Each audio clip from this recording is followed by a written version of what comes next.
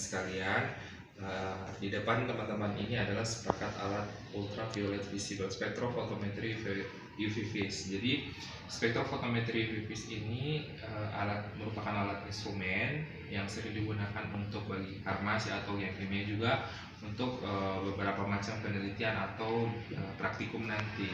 Jadi alat ini merupakan alat keluaran termo dari buatan dari Jerman dengan kode Orion Automatic 8000 spectrophotometry UV-Vis. Jadi alat ini fungsinya hanya membaca panjang gelombang yang kita mau inginkan seperti apa. Jadi ini alat merupakan alat instrumen yang menggunakan dua sinar, yaitu yang pertama ultraviolet dan visible. Jadi ultraviolet itu adalah yang kita bisa lihat, sedangkan visible itu adalah yang kalau ultraviolet itu kita tidak bisa lihat, sedangkan visible itu yang bisa kita lihat. Jadi di sini berarti kalau misalnya yang bisa dilihat berarti cahaya yang tidak dipandang langsung oleh mata kita kan, sedangkan kalau misalnya visi itu berarti yang bisa dilihat oleh mata itu yang ada beberapa warna tadi, dari warna komplementer yang ada Mexico di Bineo itu. Nah, tergantung dari masing-masing itu berarti akan ada, setiap warna itu berarti akan ada panjang gelombang yang berbeda. Jadi kalau misalnya di sini karena dia alatnya UV-Vis, berarti alatnya akan terbagi antara ultraviolet dan visible. Kalau visible di sini dia mainnya dari 390 sampai dengan 800 nanometer. Jadi sedangkan kalau ultraviolet visible itu berarti larutannya yang dimasukkan di situ harus dalam keadaan berwarna, karena dia merupakan panjang gelombang yang warnanya yang harus bisa kita lihat, yang visible itu yang bisa ditampar. Jadi biasanya menganalisis logam seperti misalnya logam besi, jadi bisa menganalisis logam besi. Begitu juga analisisnya bisa menggunakan pewarna makanan juga bisa dianalisis. Tapi sebelumnya harus diperbaiki terlebih dahulu. Kalau misalnya UV-Vis itu prinsip dasarnya harus larutannya yang vis itu yang larutannya berwarna. Jadi masukkan di dalam sini alatnya itu berwarna ya. Jadi kalau misalnya alat cara menggunakannya ini di sini ada 3 panel listrik alat. Sebenarnya sih untuk ultraviolet visible itu hanya ini doang. Cuman berdasarkan lingkungan dan sebagainya, karena sesuai dengan analisis itu tidak boleh ada faktor X dari luar. Kayak misalnya seperti misalnya listrik di sini kan biasanya naik turun. Jadi harus memang benar-benar dijaga kualitas alatnya supaya memang benar-benar ketika pada saat memancar panjang gelombang itu memang sudah benar-benar itu panjang gelombangnya. Kalau misalnya naik turun seperti itu, maka akan mempengaruhi panjang gelombang yang tidak sesuai, yang harusnya ini dia malahan jadi naik atau yang jadi turun. Makanya disediakan stafel untuk menstabilkan tegangan listrik nanti yang akan masuk ke dalam.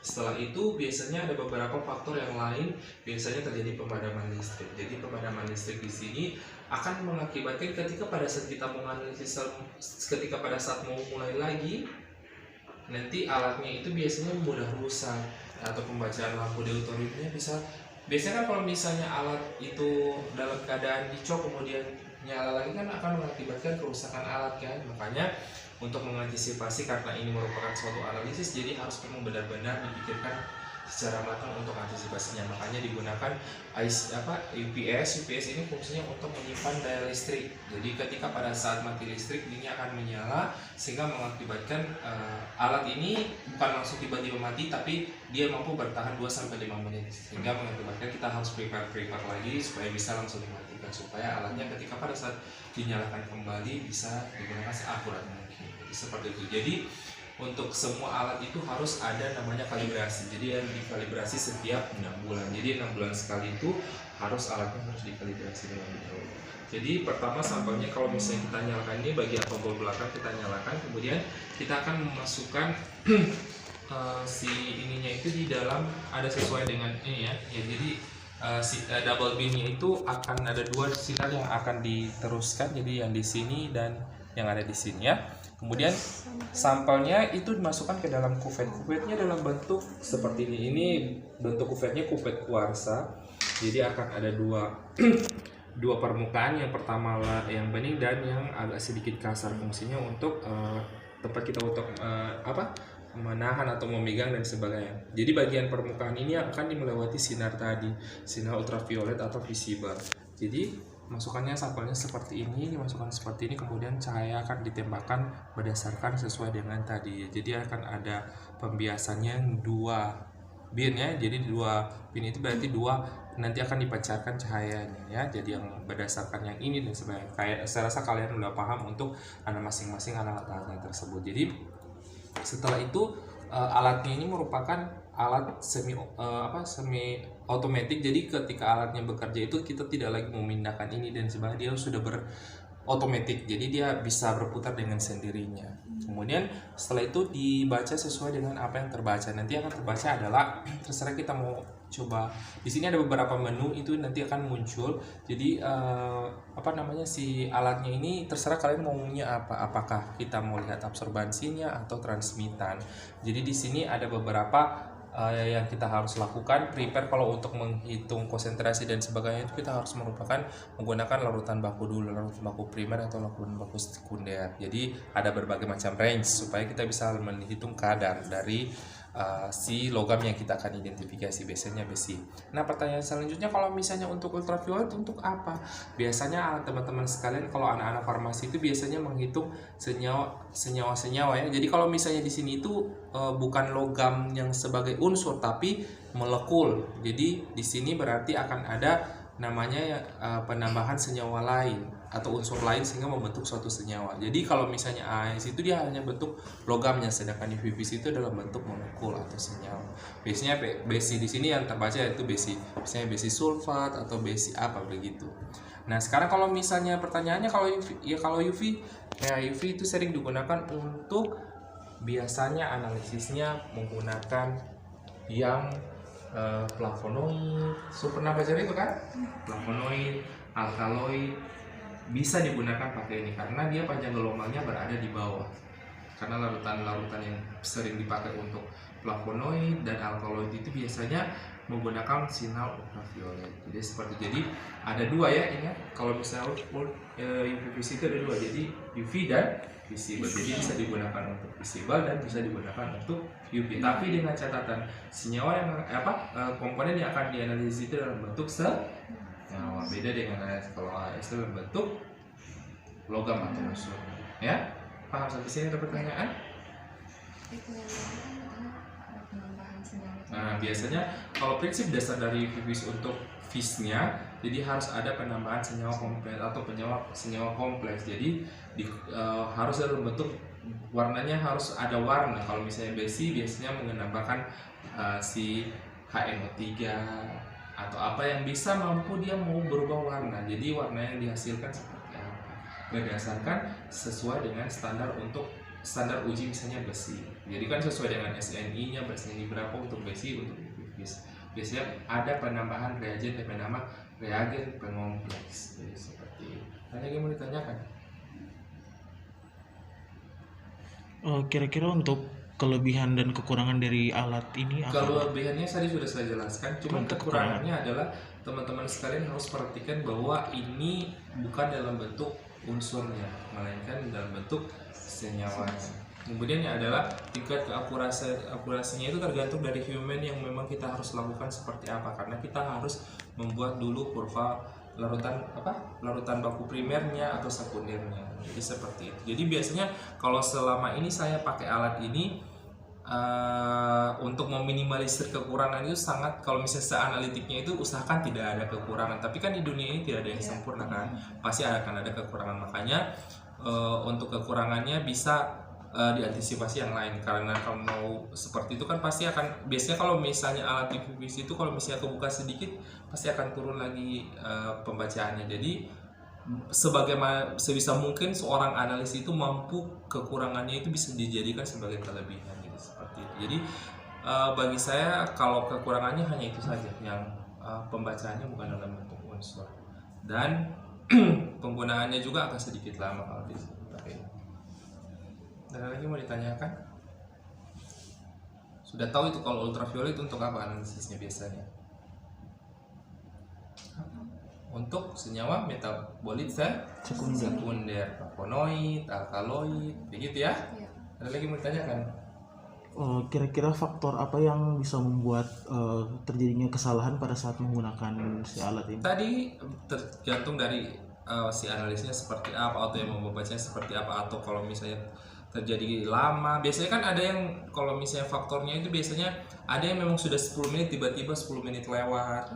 Jadi biasanya ada yang kurang dari itu sehingga mengakibatkan tidak terlalu maksimalnya dalam pembentuk senyawa kompleks, sehingga mengakibatkan pembacaannya tidak sesuai dengan yang diharapkan.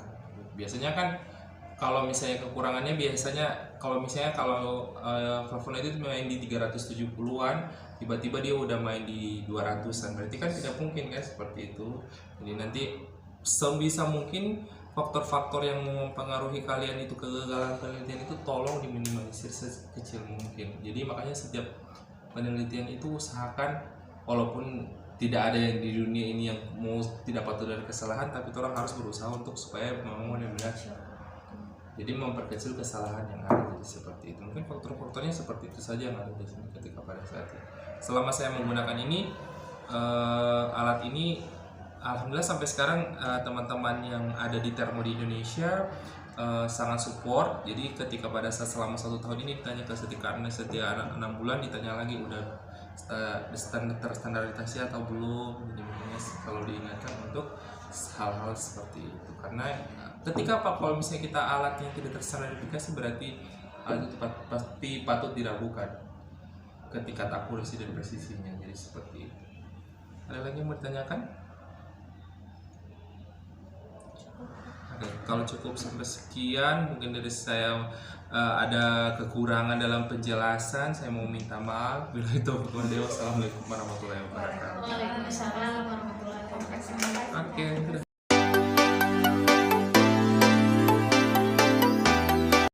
Biasa dia mubah. Jadi kalau oven itu sebenarnya dia bukan mubah kasih kering. Jadi kalau mau kasih kering ya harus dipanas matahari. Tapi kalau oven itu dia mau dry, mau kasih keluar dia punya kadar air. Jadi dia tidak sampai kering. Jadi kalau beda, jadi beda mau oven dengan mau jemur di panas matahari. Jadi kalau mau oven itu cuma mau kasih keluar dia punya kadar air. Jadi sebenarnya masih ada sekian persen air di dalam sampel. Beda dengan mau kasih kering di panas matahari. Kalau di panas matahari itu memang tidak ada DP kadar air. Nah ini alat masih di zaman dulu. Jadi ini dia punya pengatur suhu. Jadi dia punya pengatur suhu dari 50 sampai di 300.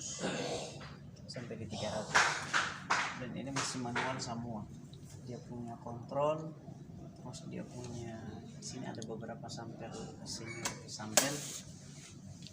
sampel batu. Jadi dia ada beberapa rak. Jadi dia cara mau pakai ini yang paling misalnya ada sampel basah datang, maka sampel basah itu mau taruh di paling bawah. Nah setelah dia agak kering kasih pindah di atas, taruh lagi sampel yang basah. Jadi dia bicara begitu, kasih keluar sampel yang agak kering, kasih masuk lagi sampel basah yang di sini kasih pindah di atas. Jadi dia bicara mau pakai oven begitu, entah dia yang masih manual atau yang otomatis.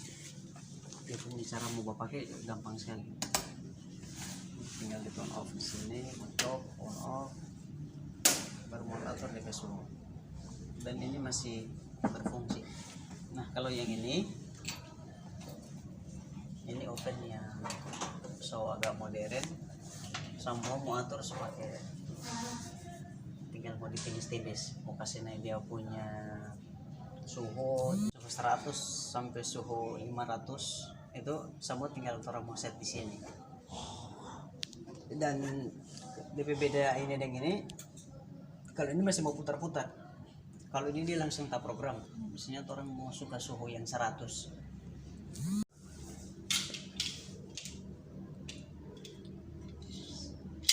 Ini era cepo gas. Kalau ini juga masih banyak petani-petani jaga pakai. Jadi petani-petani yang belum ada timbangan yang cuma jaga badiri akan timbangan yang suka Arduino yang suka pakai instrumentasi. Nah, dulu masih pakai tapi rata-rata sekarang masih pakai yang begini. Petani ibu-ibu bidan di desa membuat timbang bayi masih pakai yang begini. Ini dia benar nama neraca pegas. Jadi dia ada 2 satuan. Tahu kan DP cara DP fungsi mau hitung massa, bukan mau hitung berat. Beda ya. Mau hitung berat. Jadi kalau dia mau hitung berat, dia punya satuan, mau hitung massa dia punya satuan apa? Gram. Ini gram sampai ton. Nah, kalau mau hitung berat itu dia satuan Newton. Ya, itu Mister. Mau waktu praktikum di sini saya sok kasih. Jadi ini termasuk yang masih konvensional. Jadi ini dia ada, tapi bisa mau dikonversi. Misalnya ada hitung massa 25 gram. Berarti berapa Newton? 0,25. Jadi kalau 50 gram berarti 0,50 Newton. Jadi tinggal mau konversi. Sebenarnya biar tidak ada Newton di sini, orang bisa konversi dari massa ke berat itu dia berapa. Jadi jangan salah mau ukur berapa kan PBB berat badannya, dia tanya baru mulai bilang ini 50 kg. Masalah dia tanya berat, harusnya jawab pakai Newton. 0,50 Newton. Kan kalau 50 gram 0,50 Newton kan 0,50 Newton. Kalau yang begini timbangan yang begini ini sudah jarang, ketinggalan zaman. Biasa alat-alat konvensional itu sekarang ibu-ibu di pasar jaga pakai baju rica itu yang bisa pakai DP taruh beli rica yang 1 kilo tinggal 200 di atas. Nah itu yang masih konvensional yang bertahan sampai sekarang. Tapi kalau yang begini ini makan tanpa ini dia bawa masih mau kalibrasi, makanya ini tidak bertahan di masyarakat. Jadi kalau tukang teknik sipil jaga pakai ini bomba ukur akan dia punya kemiringan dengan dia punya rata. Jadi dia punya permukaan itu mau rata mau ukur pakai ini. Nah sekarang mungkin yang so modern itu pakai laser. Jadi laser dia mau tembak dari ujung sini, tapi dia ukur dulu DP tinggi dengan di ujung sana. Kalau ada salah satu yang tak tinggi, berarti dia kena laser nanti. Jadi DP laser itu kena pas di batu bata misalnya. Nah zaman dulu masih pakai yang begini. Jadi masih pakai yang begini. Mau ukur dia miring. Jadi kalau mau ukur dia punya kemiringan, orang mau pakai ini. Jadi usahakan dia punya air itu, ruang kosong itu dia harus di tengah-tengah. Itu dia punya kemiringan. Kalau mau ukur dia punya rata, ini pakai ini. Jadi kalau di tengah-tengah begitu dia berarti dia rata. Tapi kalau dia seandainya sebelah kanan yang tinggi, maka DPR itu ada di sebelah kanan. Tidak harus mau kasih turun yang sebelah kanan. Ini biasa membahayakan paku kayu biasa. Jadi kalau ada kasih berdiri tiang, jadi mau ukur dia miring atau tidak. Jadi DP kayu miring begini, DP ruang kosong itu mau miring juga. Jadi kalau dia lurus berarti dia pas di tengah-tengah. Nah dan yang begini tukang jaga pakai sampai sekarang water pass. Nah ada DP yang besar mau bawa ukur apa dari ujung sana sampai di ujung sana itu pakai selang. Tapi dia punya besar selang itu, diameter selang itu seperti ini. Jadi dia ada isi air, tetap dia ada isi air. Usahakan tinggi air yang di ujung sana dengan di ujung sana itu harus sama. Itu dia nama juga water pass. Dan belum ada satu satu alat modern yang bisa mengganti itu, water pass.